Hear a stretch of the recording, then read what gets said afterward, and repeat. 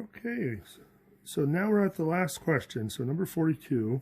So let me pull in the textbook here. A little bit of a glare, but nothing too bad.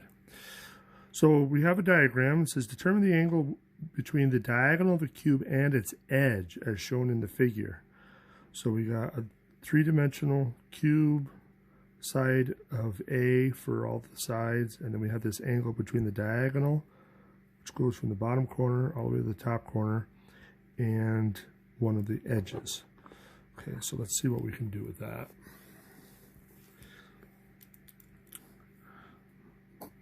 So I'll just try to draw a quick diagram here.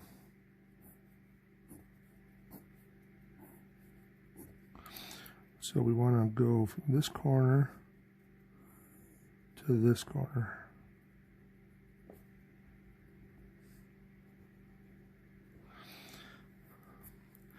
And we got sides of A everywhere, and we have this angle of theta.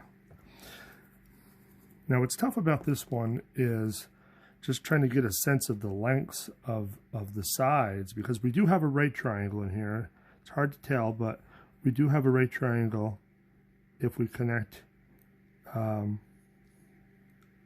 this bottom corner up to the top corner, and we got this far corner to the top corner. So we do have a right triangle in there. So we just got to try to figure out some sides. Now, since we know that this is side A, really, you can kind of see that on this side of the cube, we just need this diagonal here. But we can quickly find that using the Pythagorean theorem on that. So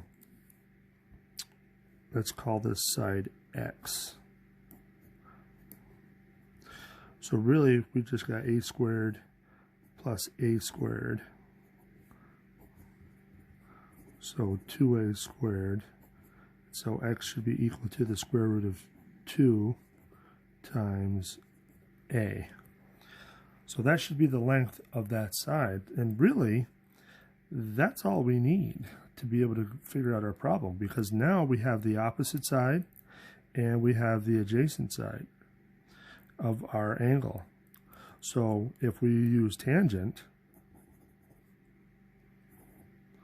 of theta, our opposite side, which is x, so square root of 2 times a all over a. And so those are going to cancel each other out.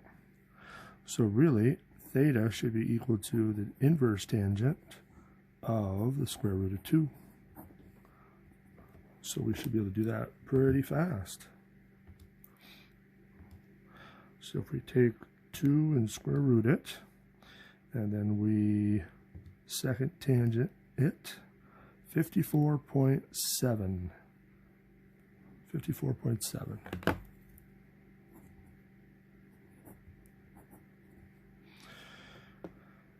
And that should do it. So this was a short one, just to try to get that last one. So be a little bit careful. I think there's going to be another problem similar to this one that involves those lines that are in three-dimensional space. So you got to kind of, really try to visualize it as best you can before you can, set up a trig function sort of like this. All right, we'll see you in the next section.